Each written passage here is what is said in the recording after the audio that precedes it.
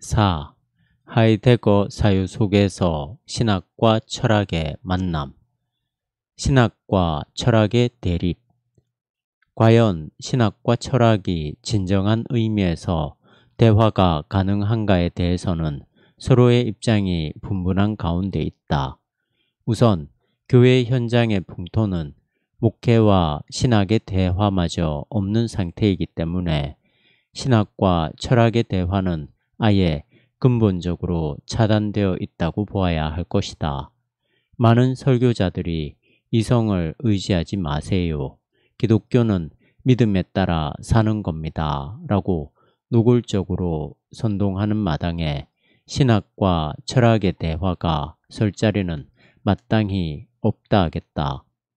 과연 그런가에 대해서 우리는 질문해야만 한다.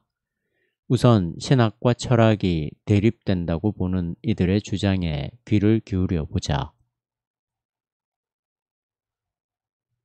신학과 철학이 대립적이라고 생각하는 사람들은 교회사에서 다음과 같은 신학자들의 주장을 언급한다. 우선 터툴리안은 이렇게 말했다. 아테네는 예루살렘과 함께 무엇을 이룰 수 있는가? 아카데미는 교회와 함께 무엇을 이룰 수 있는가? 그의 주장은 기독교 신앙과 철학이 공동의 작업을 펼칠 수 없다는 것인데, 신학이 철학으로부터 도움을 받기보다는 오히려 신학의 독특성을 훼손당할 뿐이라는 뜻으로 받아들일 수도 있다. 추기경 페트루스 다미아니는 민수기 21장 10절에서 13절을 알레고리로 해석함으로써 신학자들이 철학을 어떻게 사용할 것인가에 대해서 자기의 생각을 전달했다. 이 본문은 일종의 고대 이스라엘 전쟁법의 일부로서 노예로 잡아온 여자 포로들을 어떻게 다룰 것인가에 대한 보도이다. 이에 근거해서 우리는 철학이라는 머리털을 밀어버려야 한다는 것이다. 즉, 필요 없는 이론들을 없애버리는 것이다. 그 손톱도 잘라내고, 손톱은 의심의 결과이다. 그 손톱도 잘라내고 먼저 입었던 옷도 벗겨낸 다음에 신부로 맞아들여야 했다. 이 여자는 그 주인의 여종으로 남아 있어야만 했다. 다미아니의 이런 해석에 근거해서 교회는 중세 철학을 신학의 시녀로 다루었다. 마틴 루터도 역시 이성으로는 신학 문제를 다룰 수 없다는 생각으로 신학과 철학이 대립적이라는 의견을 제시한 적이 종종 있었다.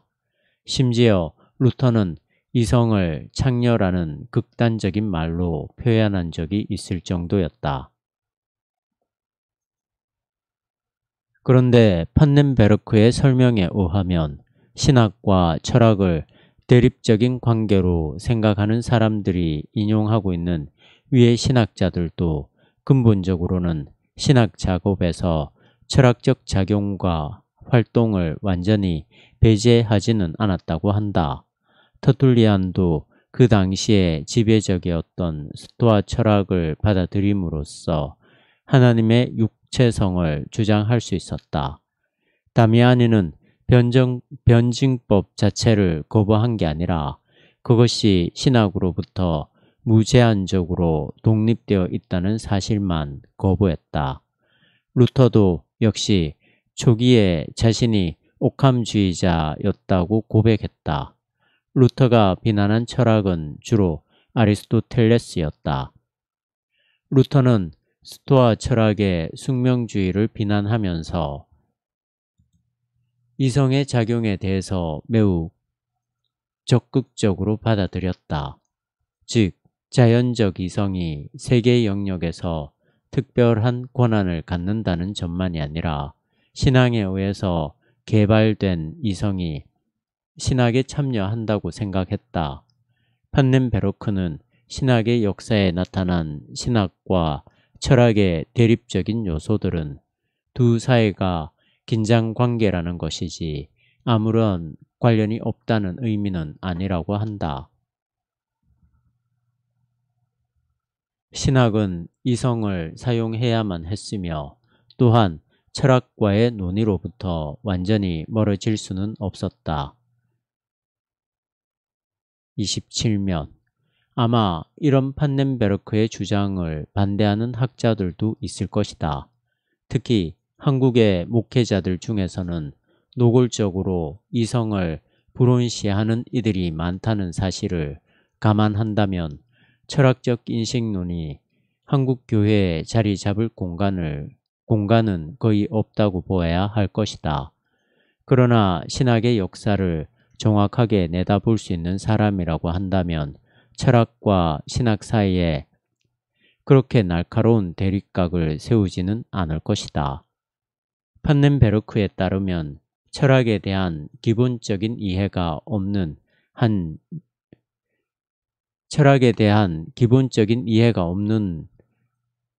한 역사적 형태를 갖춘 기독교 교리를 이해할 수 없을 뿐만 아니라 현재적으로도 기독교 교리의 진리 요청에 대해서 고유하고 확실한 판단을 내릴 수가 없다. 신학과 철학 13면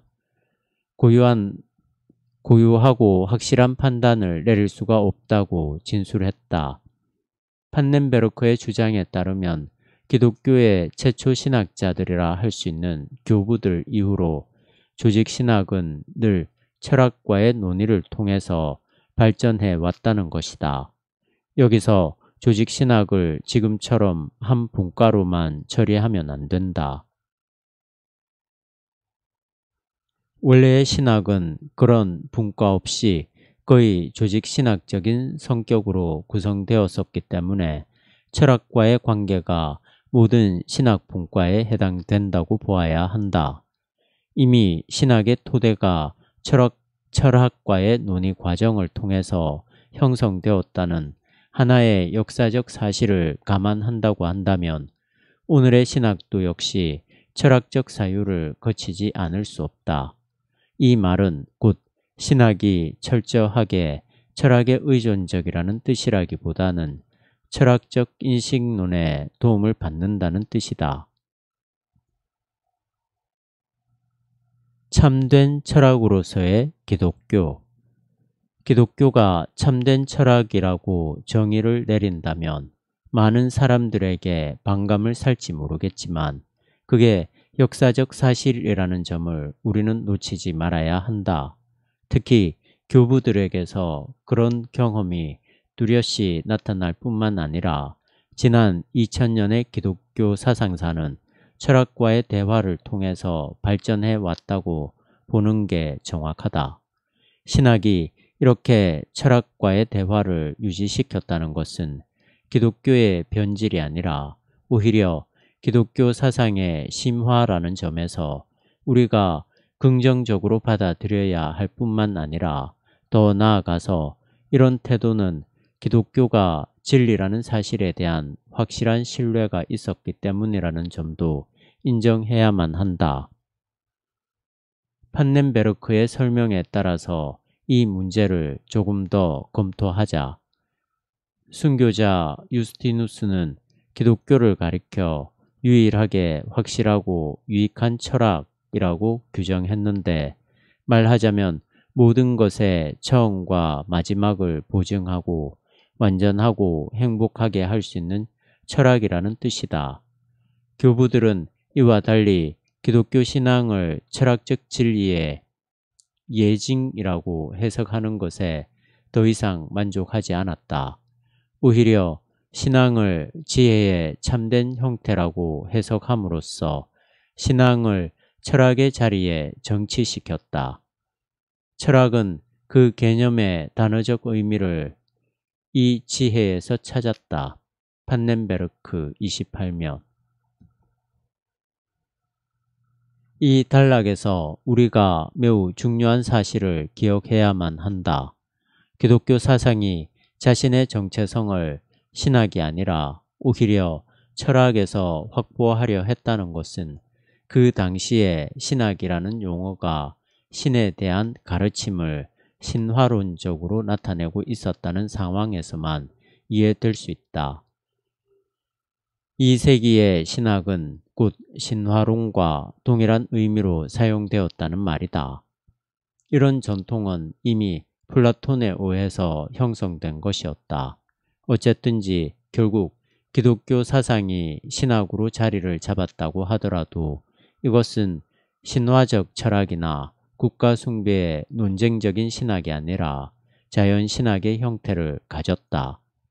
이것이 곧 신적인 것의 본질에 상응하는 것이었기 때문이다. 말하자면 신학은 단지 신화적인 형태의 해명이 아니라 우주론적인 차원에서 신을 변증하는 학문으로 자리매김되었다는 뜻이다. 이런 점에서 교부들에게는 기독교야말로 참된 철학인 셈이다. 특히 알렉산드리아의 클레멘스는 기독교 교리를 참된 철학이라는 관점에서 체계화했다. 그는 이렇게 말했다. 그리스 철학은 하나님의 섭리이고 하나님이 그리스인들에게 빌려준 선물이다. 그는 철학이 지혜, 즉 지혜에 대한 사랑을 추구한다고 보기 때문에 철학을 그 개념에 따라서 해석할 수 있었다. 즉 그리스도 안에 계시된 지혜가 사랑을 추구하는 자의 여주인인 한에서 신학은 철학의 가르침을 판단하는 증거가 된다는 것이다. 여기서 우리는 신학이라는 단어와 철학이라는 단어의 어원에 대해서 생각을 정리할 필요가 있다. 개념적인 관점에서는 신학, 테올로지는 신의 로고스이고 철학, 필로소피는 지혜의 사랑이다. 이런 개념만 본다면 철학보다는 신학이 기독교 사상에 적합한 것으로 볼 수 있지만 어원의 역사적 차원에서는 그게 달라진다. 신학이라는 용어는 원래 기독교 안에서 시작된 것이 아니라 헬라 철학에서 시작된 것이다. 그 뿌리는 일단 플라톤에게서 발견할 수 있는데 그 의미는 신화에 대한 가르침이다. 신학이 창조자 야훼 하나님이 아니라 헬라 신화에 대한 가르침이라는 게 확실하다면 우리 기독교의 사상을 해명하는 도구로 받아들이기는 쉽지 않았을 것이다. 물론 철학도 기독교 안에 뿌리를 둔 용어는 아니다. 그러나 헬라 신화를 검증하는 증거로 작용하고 있었다는 점에서 신학보다는 철학이 그래도 기독교를 해명하는 수단으로 가깝다고 보아야 한다. 특히 위에서 클레멘스가 설명하고 있듯이 지혜를 사랑하는 철학은 그 사랑의 권원인 예수 그리스도를 통해서만 그 정당성이 확보된다는 점에서 기독교를 가장 정당한 철학으로 보았다. 그렇지만 기독교는 신학이라는 개념을 받아들여 신화로서가 아니라 성서에 계시된 야훼 하나님을 변증하는 학문이 되게 했다. 대화 하이니 오트도 역시 판넨베르크와 마찬가지로 신학과 철학의 영역을 너무 엄밀하게 분리하지 말고 연관시켜야 한다고 주장한다. 두 영역이 처음에 전적으로 따로 떨어져 있던 것이 나중에 가서 비로소 서로 관계를 맺게 된 것으로 보는 것은 불충분한 단순화이다. 기독교적인 것이 서양인의 의식 속에 들어가 버린 이후로 이러한 분리는 적절하지 못한 것이 되었다. 15. 기독교 신학이 기독교 가르침의 내용을 확보해 나갈 철학적 주제가 바로 그 대상이 되지 않을 수 없었다고 한다면 기독교 입장에서도 적극적으로 대화할 수밖에 없는 것이다.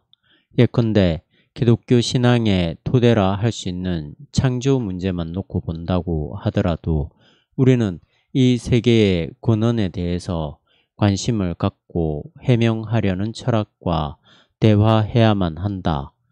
오트는 프리드리히 고가르텐의 입장을 이렇게 인용하고 있다. 그런데 누구든지 그가 사용하는 개념들을 비판적으로 숙고하면 그것이 신학적 개념이든지 혹은 물리학적 개념이든지 전혀 상관없이 철학에 근접하게 되고 철학 연구를 사용하게 된다. 오트에 따르면 신학과 철학의 만남은 두 가지 이유 때문에 불가피하다. 첫째, 신학 자체가 철학적으로 가능한 사유 내용이 되었다. 만약 신학이 열광주의적 소종파나 또는 미리 종교에 머물고 말았다면 여기서는 철학과의 대화가 아무런 의미가 없었을 것이다. 예컨대 영생교나 정명식의 JMS 같은 종파는 그들만의 종교적 체험 안에 머물러서 세계와의 대화를 전혀 필요로 하지 않는 것과 같다. 통칭 무당이라고 하는 이들의 종교 현상도 역시 철학적 사유를 필요로 하지 않는다. 인간에는 이런 특수한 요소들이 적지 않기 때문에 철학과의 대화 없이도 얼마든지 자신들의 종교 생활을 유지해 나갈 수 있다. 이런 부분은 우리의 일상생활에도 똑같이 적용된다. 돈벌이와 출세만을 무조건적으로 추구하는 사람은 그것의 근본에 대해서 질문하게 만드는 철학적 자기 반성을 필요로 하지도 않고 우연하게 그런 기회가 온다고 하더라도 철저하게 거부한다. 반면에 자신의 삶을 보다 근원적인 것에 눈높이를 맞추고 사는 사람은 가능한 외부적인 조건에 의존하지 않기도 하고 또한 그렇게 노력하기 때문에 철학적 성찰을 하지 않을 수 없다. 여기서 철학적 반성이 반드시 학문적인 과정을 뜻하는 것이라기보다는 오히려 근원적인 것에 자기를 성찰해 보려는 태도라는 점에서 전문적인 철학 공부 여부에 상관없이 그런 태도를 갖춘 사람이라면 누구에게나 가능한 삶의 경험이다. 누구에게나 가능한 삶의 경험이다. 둘째, 신학이 신학 자체의 특수한 기초 원리 연구를 수행할 때 철학적 질문 제기의 영역에 들어서도록 강요당하고 있다. 예컨대 신학이 하나님에 대해서 해명하려고 할 때 최소한 철학적 존재론과 인식론에 근거하지 않으면 그 작업이 불가능하다. 하나님이 존재한다는 명제는 단지 그렇게 선포되는 것으로 해결되는 게 아니라 도대체 존재라는 게 무엇인지에 대해서 문제가 먼저 해결되어야만 이런 해명의 실마리가 풀리게 된다. 그 존재라는 게 실체인지 아니면 과정인지 시간에 종속되는 것인지 자유로운 것인지에 대해서 모든 사람들이 보편적으로 알아들을 수 있는 어떤 틀로 설명해야만 한다는 말이다. 조금 더 직접적인 예를 들자면 이렇다. 물리학자들이 지동설에 동의했는데도 불구하고 신학자들이 그런 학설을 거부하고 천동설에 근거해서 하나님이 창조한 이 세계에 대해서 설명하려고 든다면 그것은 아무도 설득시킬 수 없다. 신학이 언급해야 할 대상이 단지 인형이나 의자 같은 사물이 아니라 구원, 종말, 사랑, 생명처럼 일종의 형이상학적인 세계이기 때문에 우리는 형이상학의 논리를 받아들이지 않을 수 없다. 이 문제를 오트는 다음과 같이 진술하고 있다. 선포는 깨달을 수 있는 것이라야 한다. 그렇지 않으면 그것은 선포가 아니다. 그러나 그렇게 깨달을 수 있음은 순전히 피상적으로 지성적으로만 이해할 수 있는 것이 아니다. 선포와 신학이 관례상 통용되어 이해할 수 있는 것처럼 보이는 개념들과 의의들로 언급하는 것만이 중요한 일은 아니다. 그리하여 신학에는 언제나 그리고 항상 새롭게 인간적 현존재의 문제와 이와 한 가지로 세계의 문제가 현존재에 속한 것으로 제기된다.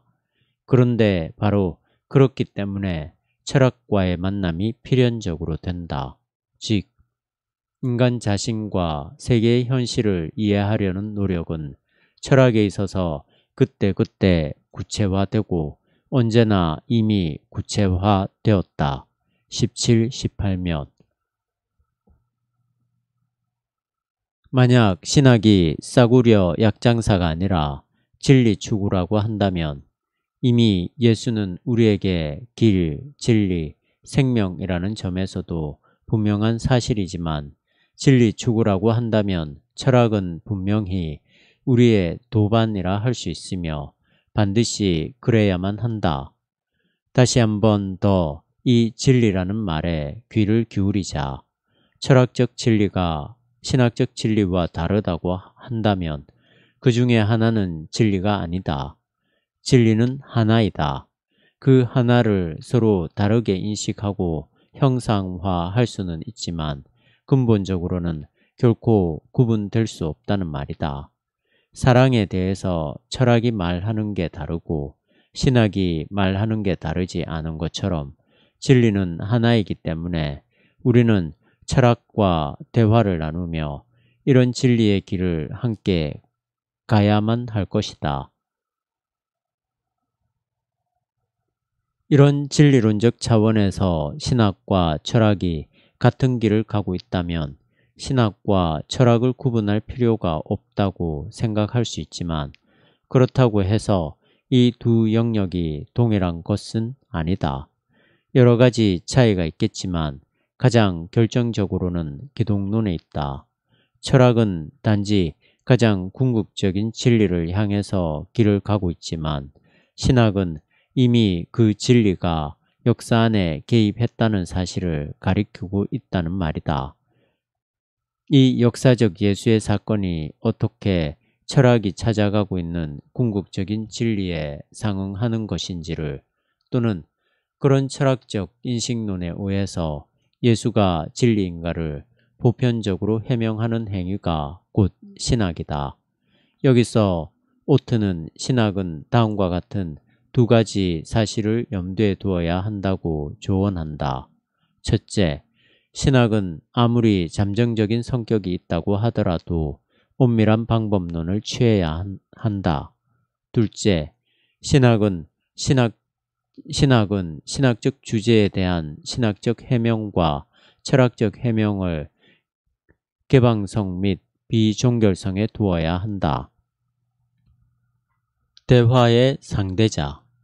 오트는 신학과 철학의 대화를 위하여 이제 하이데거를 그 상대자로 삼아야 할 이유를 몇 가지로 설명하고 있다. 물론 하이데거가 신학의 유일한 대화 상대자라고 말할 수는 없지만 하이데거의 사유가 서양 철학의 근본을 새롭게 주조했다는 점에서 이 하이데거를 통해서 신학도 역시 전혀 새로운 차원으로 들어갈 수 있다는 점에서 대화의 상대자로 삼아 볼만 하다는 뜻이다. 그는 우선 헤르만 디엠의 하느님과 형이상학 1956년 하느님과 형이상학의 내용을 소개하는 것으로 이 문제의 실마리를 풀어간다. 디엠은 하이데거 철학을 통해서 과거 철학자의 하나님이라는 이름으로 계시의 하나님 개념과 결별했던 형이상학적 사유의 길이 최후의 마지막 부분까지 되었다고 주장했다. 이러한 사유의 길이 이제 철학자의 하느님마저도 철학적 사유로부터 제거하게 되었다. 즉 서양 형이상학은 더 이상 하나님을 언급할 수 없게 되었다. 이제 신학은 하이데거의 사유에 기대서 형이상학과 결별하고 새롭게 하나님에 대해서 언급할 수 있는 자유를 확보한 셈이다. 오트는 DM의 이런 논주에 대해서 형이상학 개념을 한정적인 의미로 보는 것을 전제로 해서 동의한다. 이는 곧 하이데거가 사리에 맞지 않는 신개념을 그 마지막까지 마주쳐 사유함으로써 살아계신 하나님을 생각하는 본원적이고 본질적인 사유의 공간을 마련해 준 것인지 검증해야 한다는 뜻이다. 우리가 보기에 DM이 유의하는 하이데거 철학의 유사 무신론적 성격에도 불구하고 혹은 아마도 바로 그 성격 때문에 이 철학은 신학과의 효과적인 대결을 위하여 특별히 많은 것을 약속해 주는 것 같다. 하이데거와 직접적인 관계가 있는 것은 아니지만 바르트 역시 신학과 철학의 원칙적인 접근과 대화를 인정하고 있다는 아니 DM보다 훨씬 적극적이라는 오트의 지적은 우리가 평소에 생각했던 사실과 다르다는 점에서 조금 놀랍다. 오트가 인용한 바르트의 교회교의학을 아래에 그대로 인용하겠다. 이미 신학이 다른 학문들에 대하여 주장하는 독립성은 아무튼 원칙적으로 필연적으로 증명될 수 없다. 하나님에 대하여 말하는 것이 참인지에 대하여 묻는 질문을 어느 특수한 학과의 특수 질문으로 취급하기는 미묘한 문제이다. 이 미묘한 문제를 우리가 그것의 사실상의 불가피성을 진지하게 인정하면서도 싫더라도 인수해야지 어떠한 이유로도 그것을 합리화해서는 안 된다. 그러나 신학은 특수한 문들을 특수한 열쇠를 정말로 가지고 있지 못하다.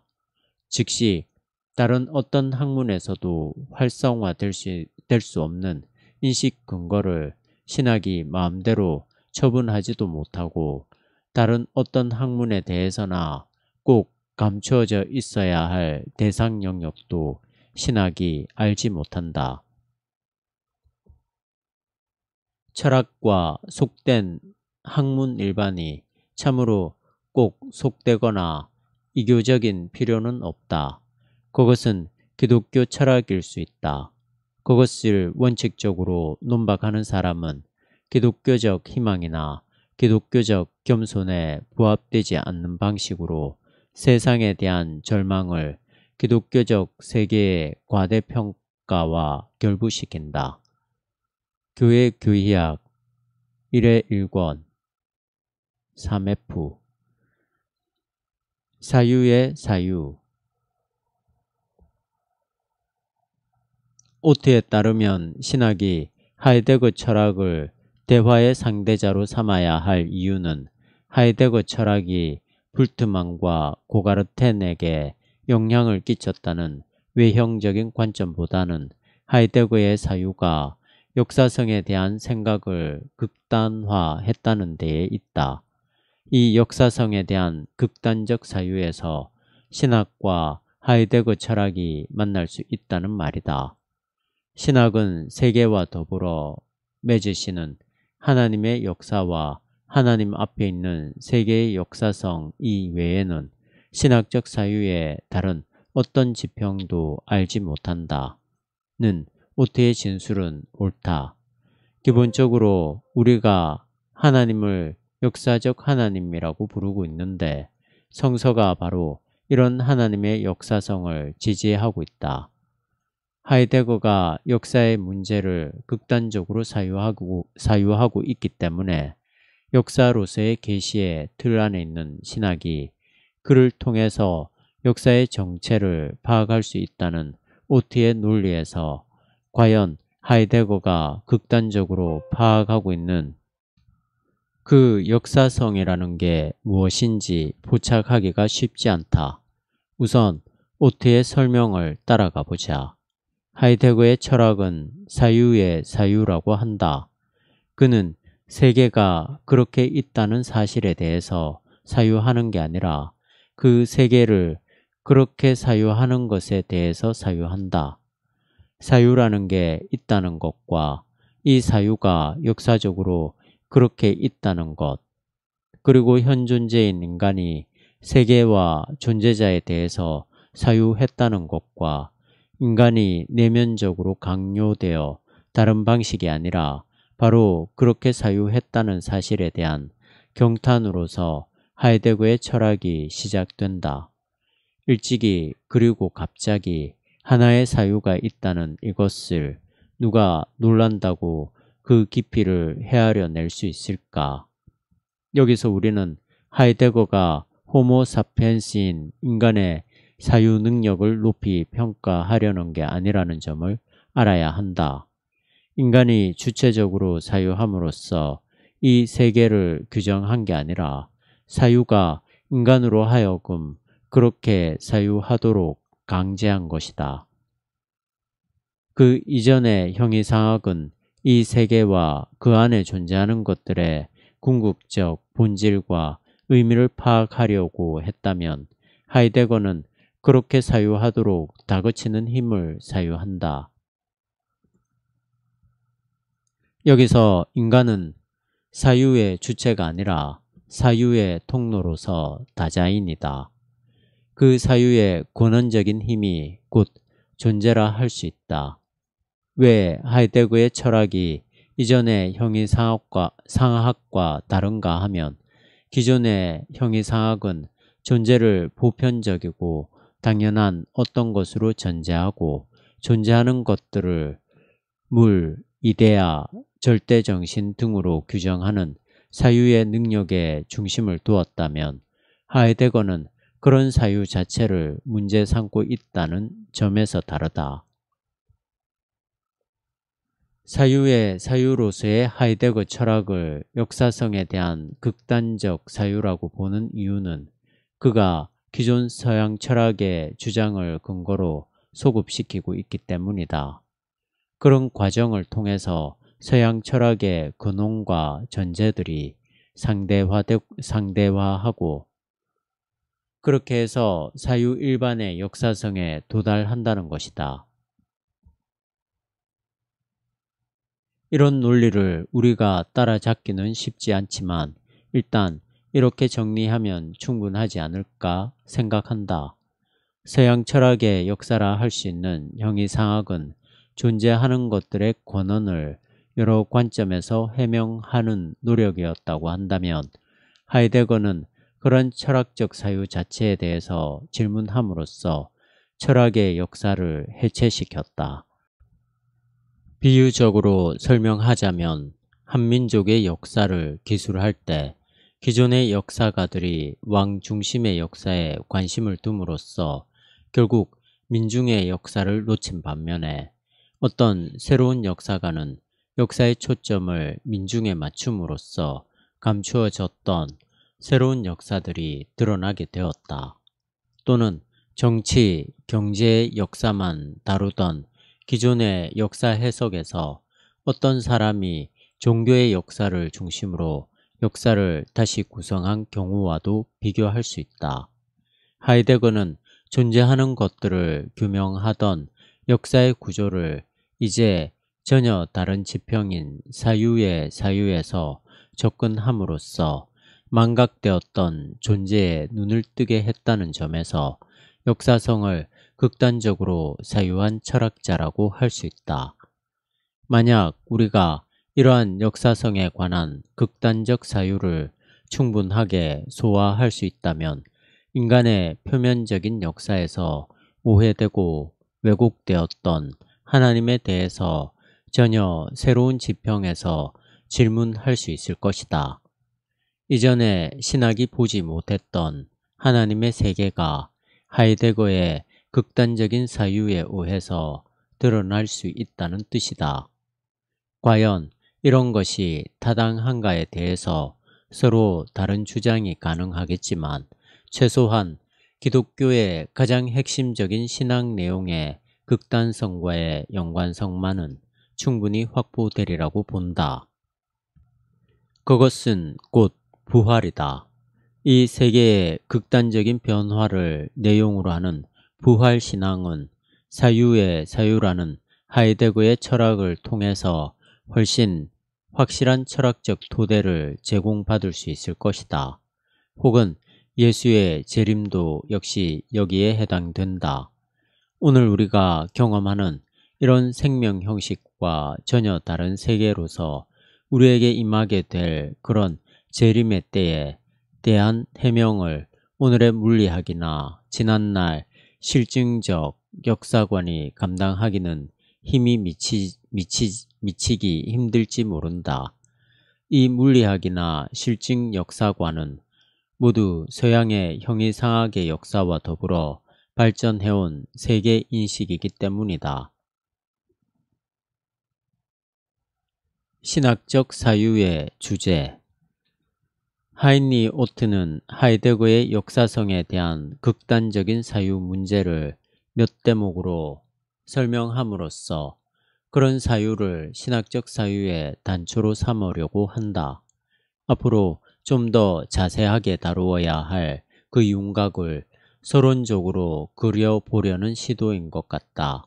오트는 하이데거의 철학적 시도를 사유의 사유로 규정하면서 이것은 곧 역사 문제를 극단적으로 취급하는 것이라고 한다. 사유의 사유라는 관점은 우리가 쉽게 동의할 수 있는데 역사성에 대한 극단적인 질문이라는 관점은 그렇게 쉽게 납득할 수 없다. 물론 하나님과 신학자가 만나는 자리가 곧 역사라는 점에서 하이데거를 통해서 우리는 하나님에 관한 철학적 덫을 모두 벗겨내고 전혀 새로운 차원에서 접근할 수 있기는 하다. 우리는 오트가 말하는 역사를 단지 연대기적인 사건의 연속으로 생각할 수는 없다. 오히려 그가 말하는 역사는 이 세계인 것 같다. 기존의 철학은 이 세계가 있으며 그 안에 무언가가 있다고 전제했지만 하이데거는 그런 선입관을 포기하고 이 세상이 그렇게 있다고 사유하는 그 사유 자체를 문제 삼았다는 점에서 그의 철학을 역사성에 대한 극단적인 질문이라고 할 수 있다.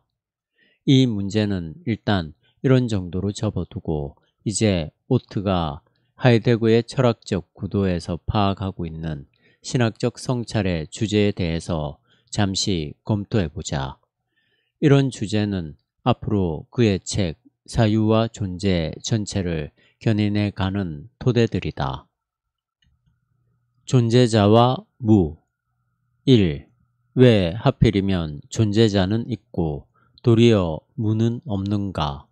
하이데거는 이 옛 형이상학적 질문을 프라이부르크 대학교 치인 강연 형이상학이란 무엇인가 에서 제기했다. 오트에 의하면 이 질문의 근본 취지는 더 이상 존재자를 기대할 수 없는 그 한계에 대한 사유로 돌입해 들어가는 인간의 질문이라고 한다. 존재자의 끝은 어디일까? 존재자와 무의 경계선이 바로 존재자의 한계라 할 수 있다. 하이데거는 바로 이 존재자의 한계, 존재자와 무의 경계에 서서 인간의 사유를 검토하고 있는 것이다. 이것을 좀 더 쉽게 풀어서 생각해보자.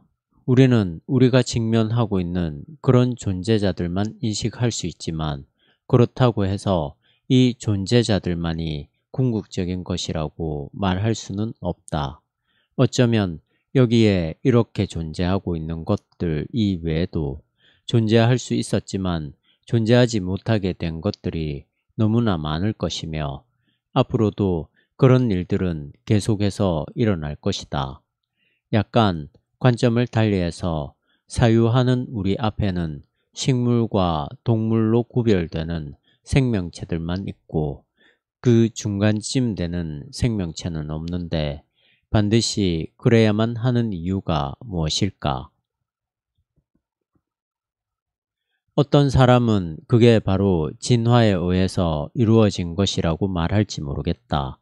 그러나 오늘의 이런 생명세계는 진화에 의한 필연적인 결과라기보다는 아주 우연한 결과에 가깝다는 점에서 우리는 존재하는 것들과 없는 것들을 당연하게 생각할 수는 없다. 오트는 하이데거의 이러한 질문을 통해서 열린 공간에서 하나님과 만난다고 주장한다. 현존재와 존재가 의무시되고 근거가 없어질 때 거기서 하나님과 만난다고 한다. 그리고 하나님과 만나는 곳에서는 현존재와 존재자 전체가 의무시되고 근거가 없어진다. 하이데거에 의해서 존재자의 한계가 지적되었기 때문에 우리는 그의 사유를 통해서 진정한 의미에서 하나님을 만날 수 있는 계기가 주어졌다고 보아야 한다. 왜냐하면 하나님은 이런 존재자들과 같은 지평이 아니라 그것을 완전히 초월해서 존재하는 분이기 때문이다. 하나님의 초월성은 하이데거의 철학이 아니라고 하더라도 이미 기독교 신학에서 가장 중요한 자리를 차지하고 있지만 그것의 심층적 의미는 역사성에 대해 극단적으로 질문하는 하이데거의 철학에 의해서 열릴 수 있을 것이다. 존재유비. 2. 존재를 묻는 질문은 존재의 의미에 대한 질문이고 우리가 존재한다는 말로 무엇을 생각하는지 혹은 이 말이 본시 무엇을 말할 수 있는지를 묻는 것이고 신학을 위해서도 존재의 유비에 대한 질문에 있어서 활발하게 논의되는 질문이다. 이 세계에 존재하는 것들의 유비를 통해서 하나님을 논증할 수 있는 로마 가톨릭 신학의 존재 유비 개념에 대해서 가장 강력한 비판을 가한 개신교 신학자는 그 유명한 칼 바르트다. 그가 존재 유비 개념을 거부하게 된 동기는 인간이 존재의 유비를 사유함으로써 결국 하나님을 인간의 그런 인식론적 사유 안으로 한정시킨다고 보았다는 데 있다. 바르트는 에밀 브룬너와의 논쟁에서 브룬너를 로마 가톨릭의 자연신학의 한 부류로 규정하면서 이런 존재유비를 부정하고 신앙유비 또는 관계유비, 행위유비 개념을 제시했다. 우리는 여기서 기존의 존재유비가 포함하고 있는 위험성을 인정하지만 그렇다고 해서 바르트의 비난을 그대로 인수할 정도로 이 존재 문제에 대한 정의가 해결된 게 아니다. 또한 이 세상이 곧 하나님의 창조 사건이라는 점에서 존재자를 통한 하나님 인식이 필요하기는 하지만 인간 스스로 그런 차원을 마음먹은 대로 처리할 수는 없다. 여기서 우리는 하이데거가 기존의 형이상학이 이미 보편적인 것으로 전제했던 그 존재의 뿌리를 훨씬 권원적으로 접근함으로써 존재유비의 실체를 다시 정리할 수 있을 것이다. 이는 곧 존재에 대한 관심이 인간의 인식론에 해당되는 게 아니라 그런 인식론을 뛰어넘는 방식으로 이 세계를 유지시키는 힘에 대한 질문이라는 것이다.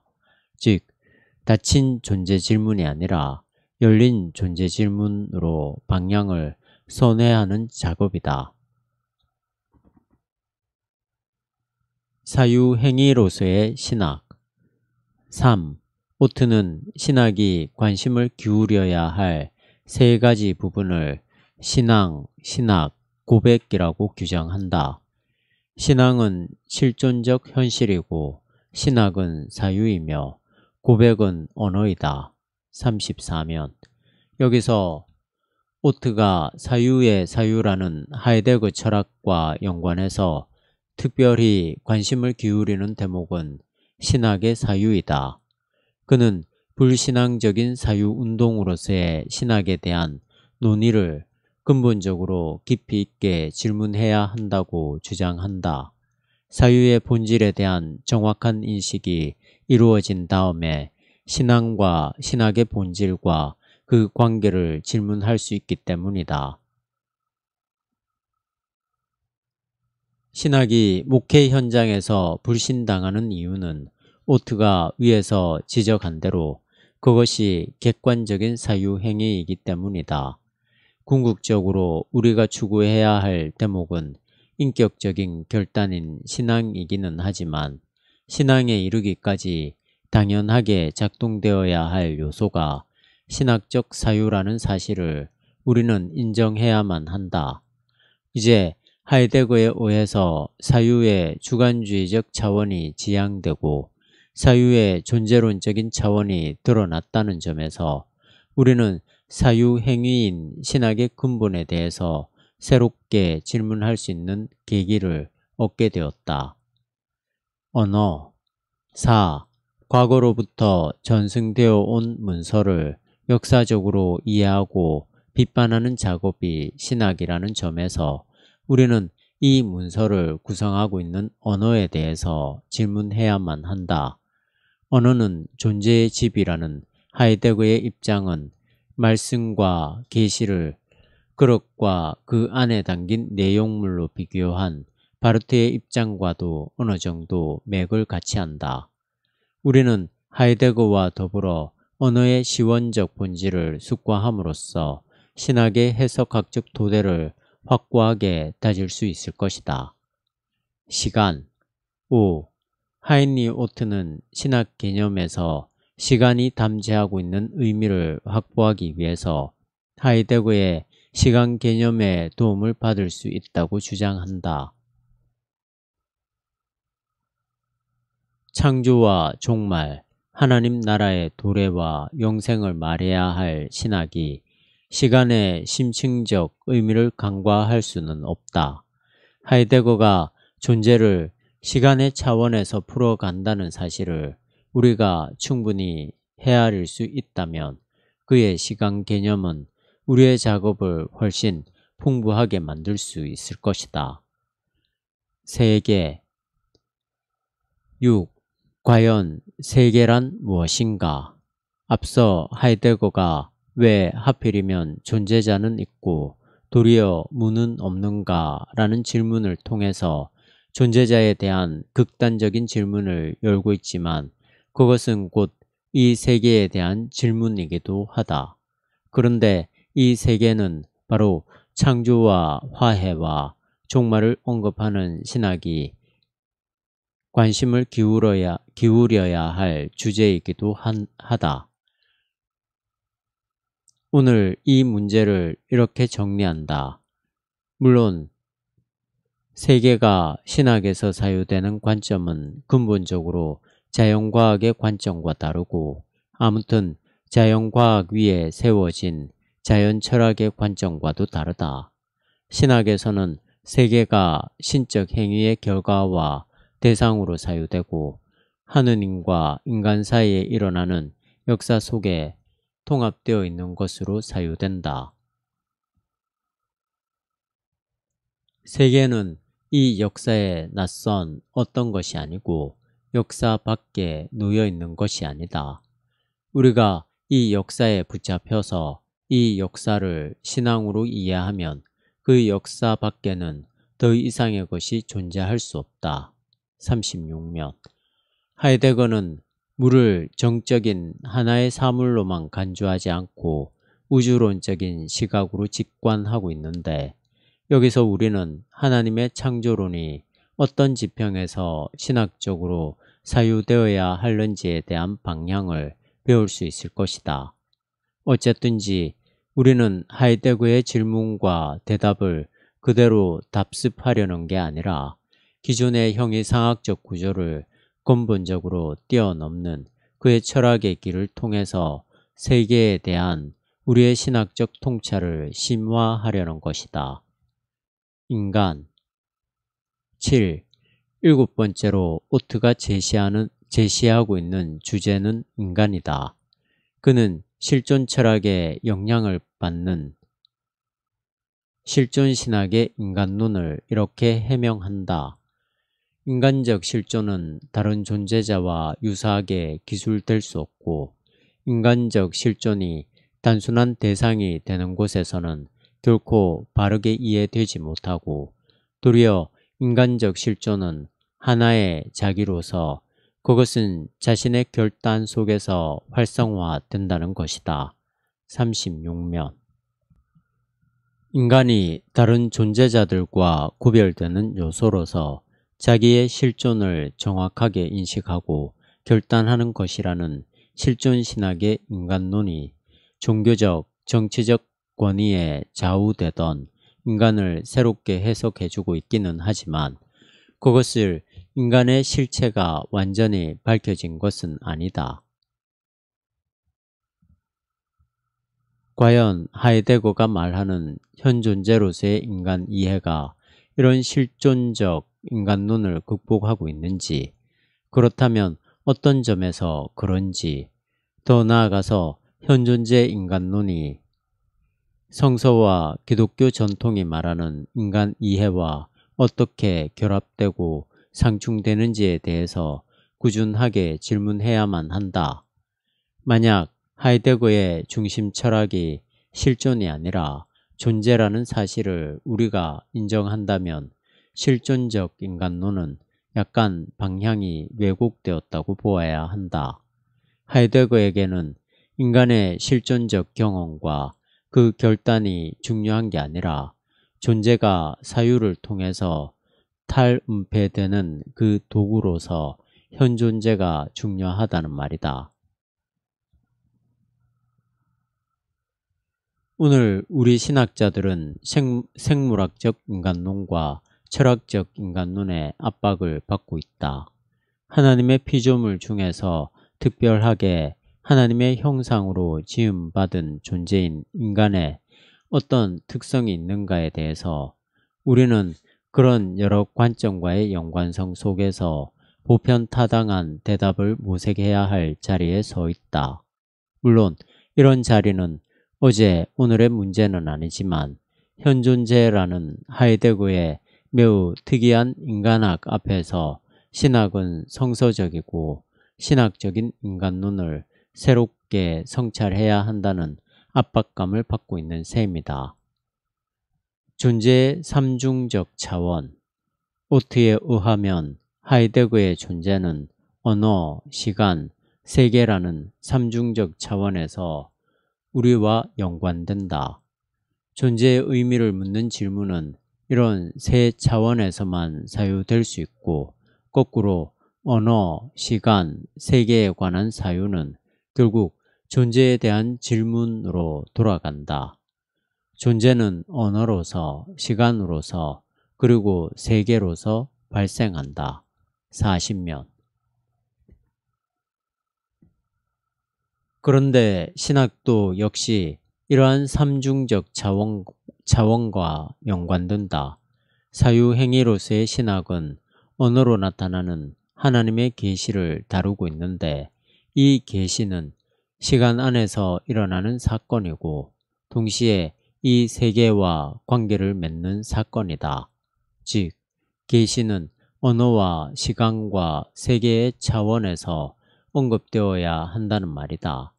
결국 신학자로서 우리가 언어, 시간, 세계를 다루어야만 한다면 이것에 대해서 극단적으로 질문했던 하이데거의 철학을 통해서 우리의 신학 설계를 심화할 수 있을 것이다.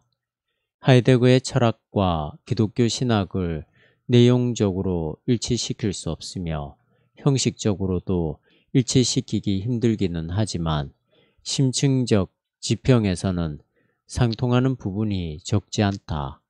오트는 사유 개념에 대한 질문을 추적하면서 신학적 자기 이해 내지 신학의 기획의 문제를 거론하고, 언어 개념에 대한 질문을 추적하면서 신학적 해석학의 문제를